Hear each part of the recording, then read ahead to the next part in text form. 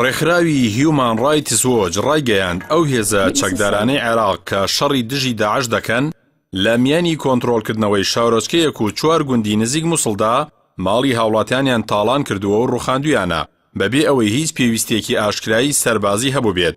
با پێی راپۆرتێکی ڕێکخراوەکە ئەو کردەوانە ڕەنگە بچنە خانەی تاوانی جەنگەوە و لە ماوەی نێوان تشرینی دووەمی ساڵی 2016 و شوباتی ئەم ساڵ ڕوویان داوە. لە راپۆرتەکەدا هاتووە کە هیومان ڕایتس وۆچ بەڵگەی پێویستی کۆ کردوێتەوە سەبارەت بە کاری تاڵانکاری و ڕوخاندنی فراوانی ماڵ و بیناکان لە 3 گوندی باشووری ڕۆژهەڵاتی مووسڵ بە بەکارهێنانی تەقەمەنی و چەکی قورس و گڕتێ بەردان. ڕوونیشی کردوێتەوە ئەو وێنانەی لە مانگە دەستکردەکانەوە گیراون پشڕاستی وتەی شایەت حاڵەکان دەکەنەوە کە لایەنی کەم 345 ماڵ ڕوخێنراون لە نێویشیاندا مزگەوتی گوندەکان.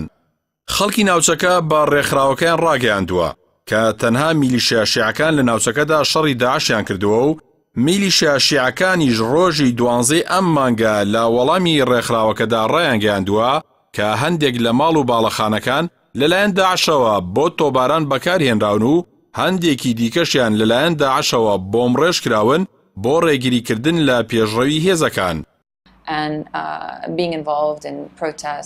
لەمە فەقیە جێگیری بەڕێوەبەری ڕۆژهەڵاتی ناوەڕاست و باکووری ئافریقیای هیومان ڕایتس وۆچ ڕایگەیاند دەسەڵاتدارانی عێراق پێویستە لێکۆڵینەوە بکەن لە بانگەشەکانی تاوانی جەنگ و ئەوانەی تێوەگلاون سزا بدرێن.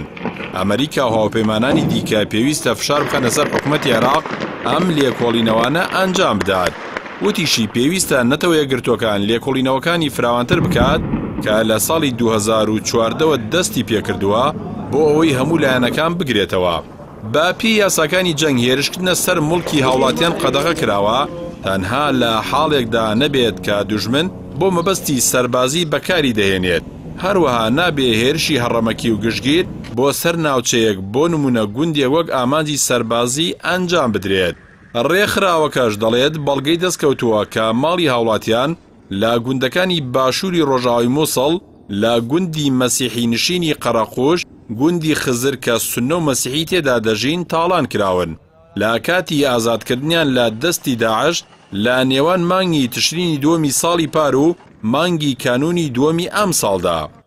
با پێی وتەی کەسێکی سەربازی و دانیشتووی ناوچەکە سەرەڕای چەکدارانی حەشتی شعبی هێزەکانی یەکەکانی پاراستنی دەشتی نێنەوە و فرقەی نۆی سوپای عێراق و پۆلیسی ناوخۆیی و پۆلیسی فیدراڵی عێراق بەشداریان کردووە لە ڕزگارکردنی ئەو شوێنانەدا.